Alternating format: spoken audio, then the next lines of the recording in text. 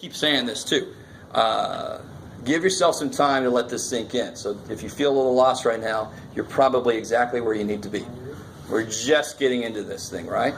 I really just want to give you guys a basic feeling of what we've already done is still here. We're building on that. So normally, before this chapter, we would have said this is always 2 and negative 2. That's where unusual starts. Well, now we're saying if somebody tells me, no, I want that to be the probability that I'm wrong, then I want to go that far out. So if my sample I take has a z-score of 2.3, that didn't make it far enough. It's not evidence that it's wrong. It didn't make it far enough. Okay, so it's all about my sample that I find being far enough away from where somebody else thinks the middle is. If it's far enough away from where they think it is, they are probably wrong. That's the whole idea. All right, maybe. We're still not doing a concrete problem yet, to be honest. We're just still exploring the ideas. So that's the third step, is what is far enough away? And then crazily enough, the fourth step would be go find out how far your sample got. So for example, I love to give this example. Let's say I have a football team. And I don't, which is fine. But let's say I have a football team and my football team is slow. And I need somebody to return that kickoff, man. I need fast. I need, way back in the day, Rocket Ismail, for example. I need somebody.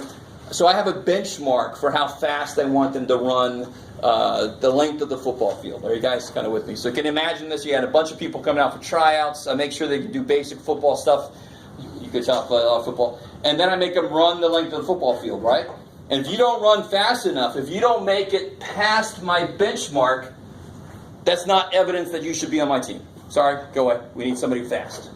Do you guys see? That's the nice physical analogy to what we're doing here. I'm trying to find a sample, or look to see the sample I got. Did it get past these benchmarks to show evidence that something's wrong here? Okay, maybe. Well, here we don't have any numbers to work with yet. So let me give you this. And dear God, we are going to step through this, so don't freak out. There's a lot of stuff on here.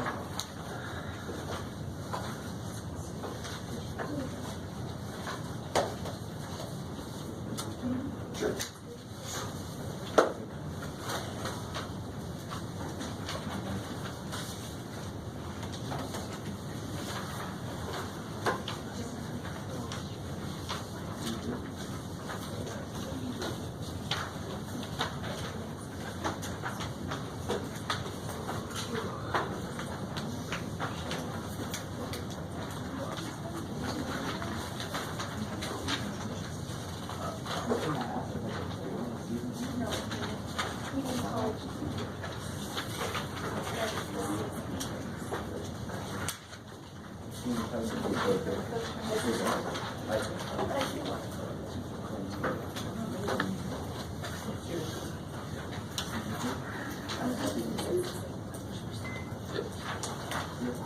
So if I'm you, while I'm doing my chapter 9 homework, I'm going to have this sheet sitting next to me, right? Because it explains the steps I want to see and explains why you're doing the steps and explains how to do the steps. It's crazy.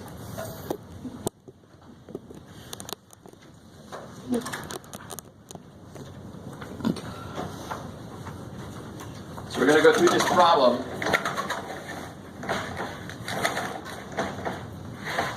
Step by step. I feel like am I on a video? There. Yes, I am. You can watch that over and over. Watch Jeff. He almost gets it this time. So read through the problem. Does this? I want to make something that's roughly something you could believe. I actually wrote this thing first a long time ago. I think in the 2008 election. Some of you guys were probably 10 years old. So you probably don't remember this. 14. There was a supporter of one of the candidates who was known as Joe the Plumber. I don't know if you guys remember. Yeah. So I was making a lot of stuff that said Phil the researcher and Tom the attorney and stuff like that. So Phil the researcher believes that the northern Minnesota coyote lives longer in captivity than they do in the wild. This is actually true. And I understated, they actually live like up to twice as long in captivity. Somehow they know the mean lifespan of all coyotes in the wild is 7.25 years, with the population standard deviation of 2.83 years. I put that in blue for some reason, it's important. Phil takes, so he wants to test this claim. He believes what? Let's stop right there. Before you go any further, what is the claim being made? That coyotes live longer in captivity. I like it. So can we put that more mathematically? If I take a sample of coyotes, what am I going to look at? I'm going to look at their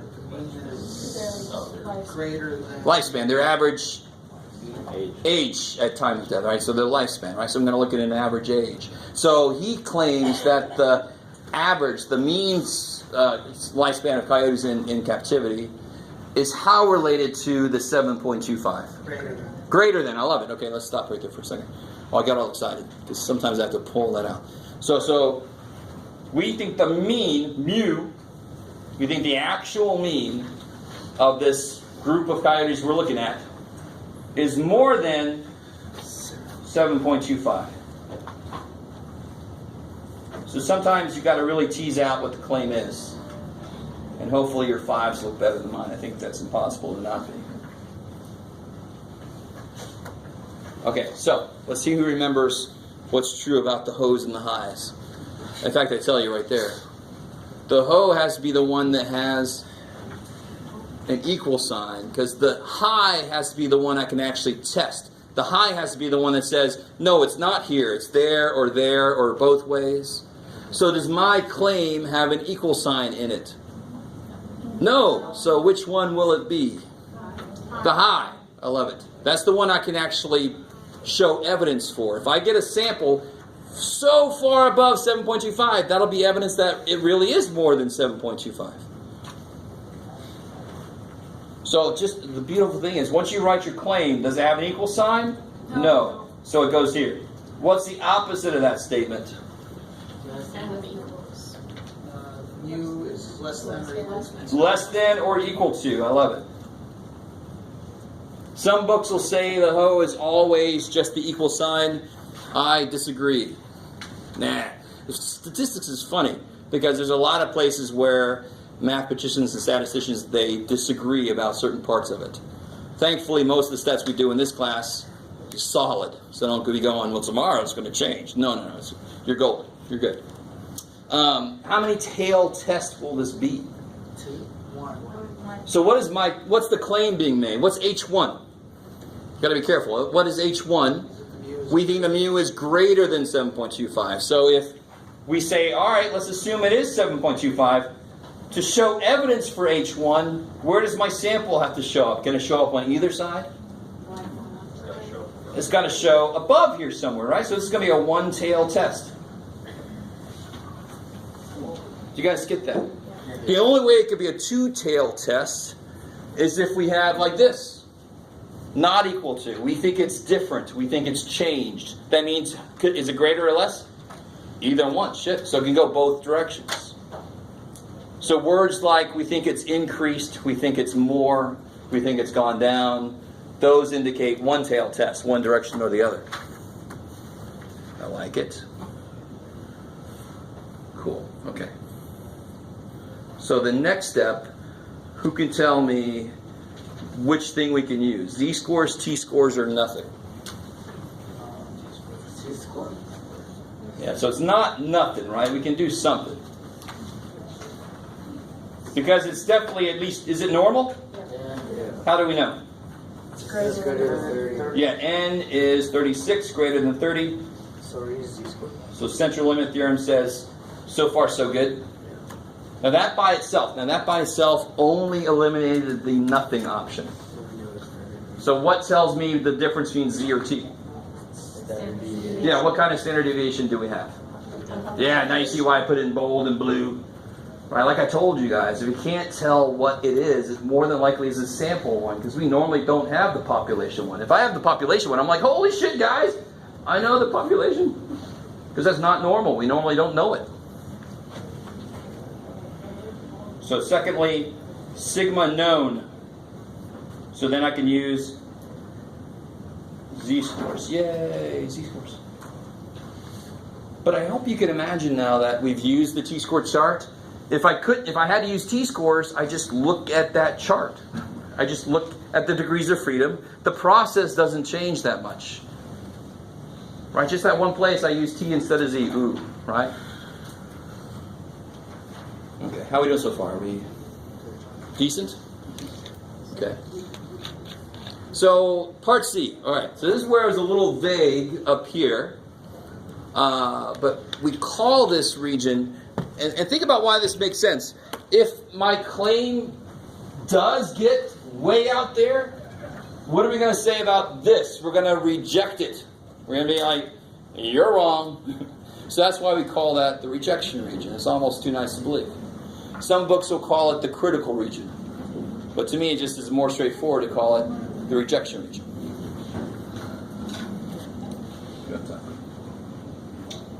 So here I got alpha of 0.01. The difference, though, be careful, it's a one-tail test. So here's where get your t-score charts out. And you'll start to realize, and don't freak out. Anybody freaking out? We need to use z-scores here, right? But why is it cool that we can use the t-score chart? Because z-scores are at the bottom. I love it. Hypothesis tests desperately want us to use this chart because one or two tail test is on there. So I want a one-tail test with an area of 0.01. What is the z-score for that?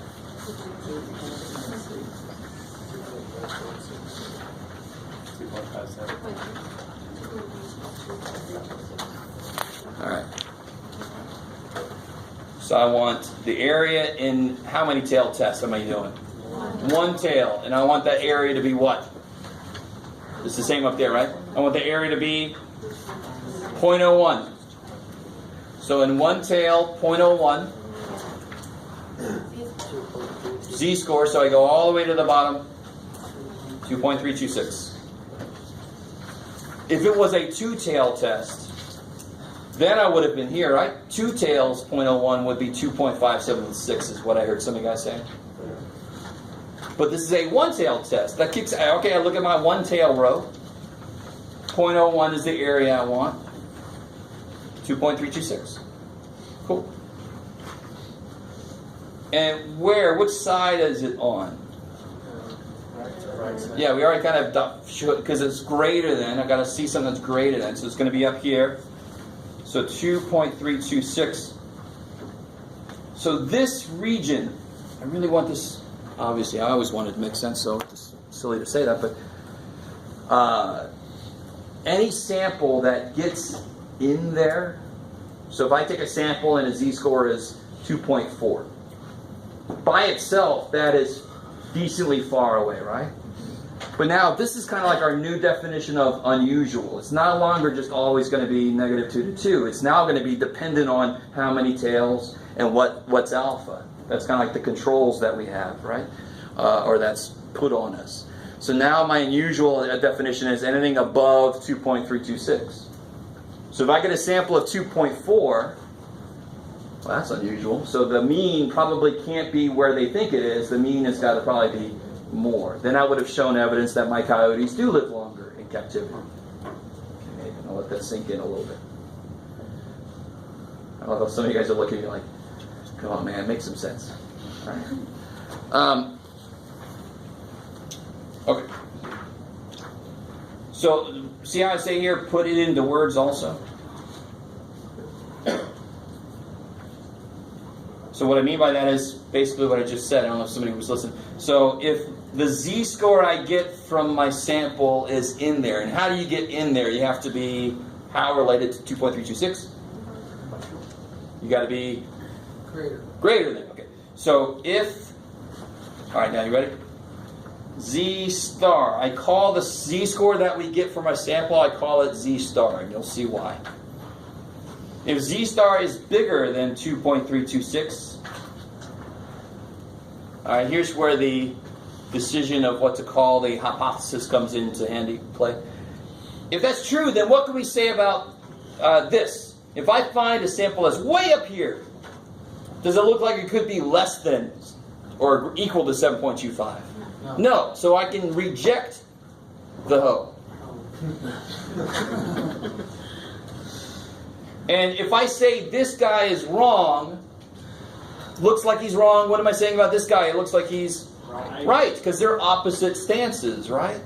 So if I reject the hoe, that means I support the high, and you can have fun with that phrase too. All right, sorry. Some states have said yes. All right, how are we feeling so far? I mean, decent? And if you look back over the semester, you can see little instances where I was trying to get you ready for this, because this is a difficult chapter, I'm not going to lie to you, because there are a lot of steps and students get a little bogged down, but what's most important is the idea of it. The most important steps in this thing is, what do I need to do to show evidence? And then immediately, well, did my sample do that? Right?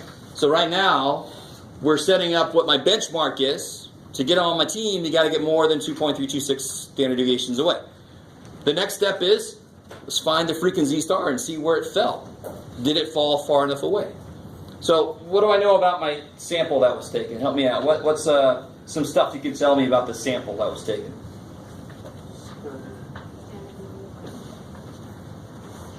What do we know about the sample that was taken? So you can look back up here. I'm going to take notes. Say again? Good, I love it. See, okay, we got started. All we got to do is get that first step. It's good. The sample size is 36. What else do we know about the sample? Standard deviation. Do we know the sample standard deviation? No. But we do know that sigma is what? 2.83. I like it. So that will come in handy. But what else do we know about the sample? There you go. Average is 8.45. I like it. Cool. Now, sample size is 30. I took a sample. I got a sample mean. So what's always got to change? So any hypothesis test for a mean, on this step, I've got to make the new standard deviation, right? The one that works for groups of, in this case, 36. So I can't use this one. How do I change it? Something needs changing out there. How do I change it? What's the formula for going from sigma to the new standard deviation for groups of n? That's right. Jabba jabba.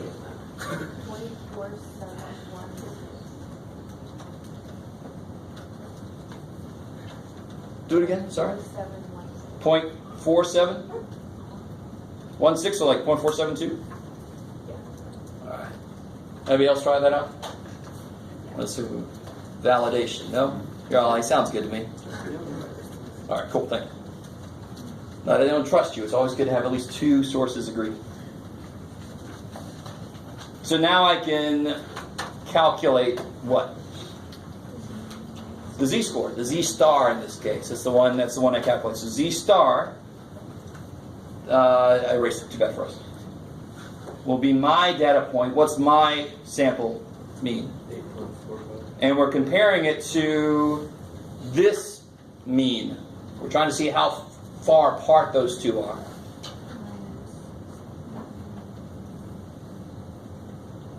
Divided by the standard deviation, which is what? 0.472. I like it. So it's going to come out close, I think.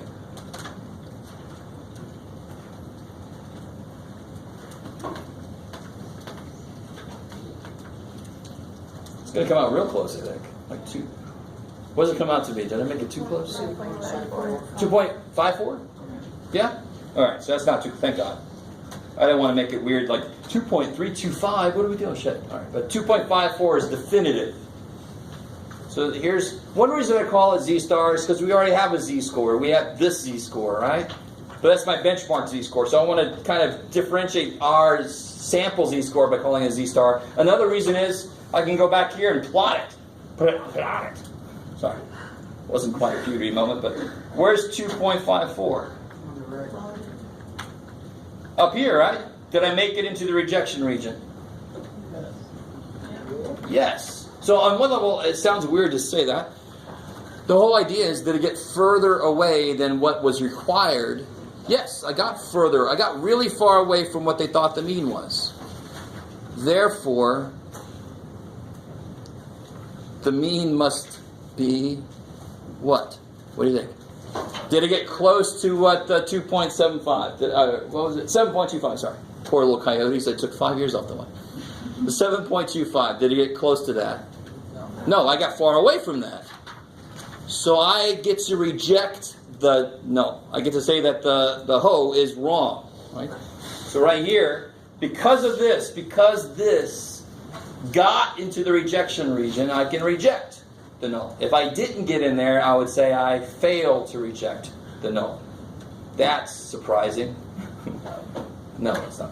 So this would be, I can reject the null, which means what can I do with the high?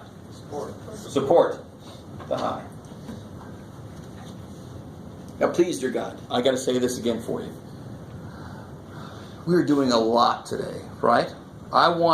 This is the way I like to teach this. I like to get the whole problem out there. Chapter 9, and when you start doing the homework, every section kind of breaks down a piece of this. So the first section, I think, is on the first piece of the hypothesis, and then the next section is on another piece of it. Until finally, section 9.5 is a whole hypothesis test. So it kind of drives me a little bit crazy, so I don't think I signed too much out of those little piece parts sections. But that's what to expect when you start to do the homework. They're not going to do the whole thing at once. They're going to start you off with this piece and that piece. Can you write a claim? Can you write the hoe and the high? Can you do this? I like it. So we will be doing a lot more examples of this, right? You're not supposed to understand it from just today.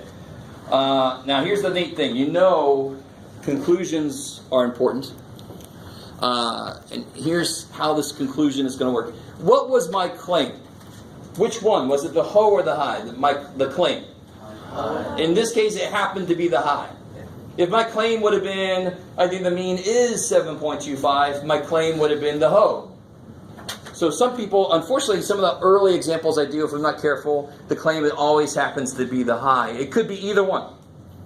That's number one I want to make sure you understand. H1 is not equal to the claim. The claim could be either one, depending on if it has an equal sign in it.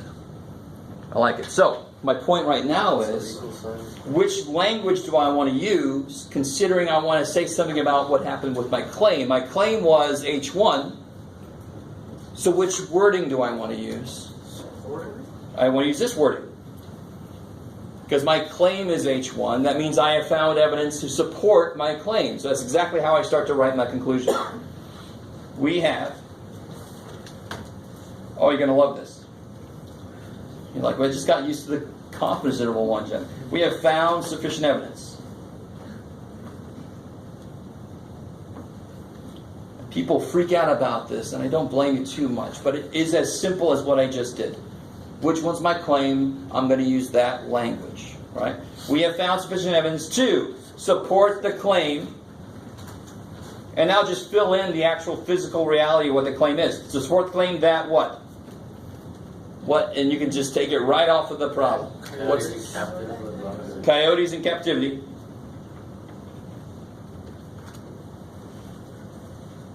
Live. They live. Live what? Longer than those. Longer than those in the wild. Look at that. Kick ass. Or you can say longer than 7.25 years. Right? You can be specific with a number, or you can just say the idea of what the claim was. I'm cool with either. As long as you bring back in the physical. Don't just say, I found evidence to reject hoe or support high, and that's it. You got to tell me what the hell the claim was. Can you live longer than those in the wild? Woo! Holy shit. So yes, you are going to be doing this several times over, right? Let's see. Let me just show you some stuff out of the homework, and then I'm going to let you guys out a little early. Just to kind of make my point about what I was saying earlier.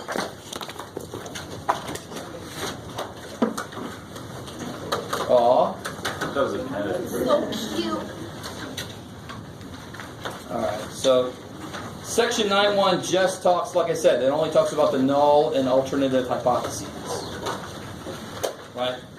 So the homework is going to be all about, can you set up, and I think they sneak in here, bless you. So I think if you realize, here we go. We will have hypotheses for claims about percentages. I claim that less than 60% of gross monthly students smoke. And then I'm going to take a sample and test my claim, right? So I can have a claim about a mean, like we just did. I can have a claim about a percentage. I can even have a claim about, they don't show it, too bad for them. I can have a claim about a standard deviation, and that's where things get extra freaky. Let's see, blah, blah, blah. Did I skip one?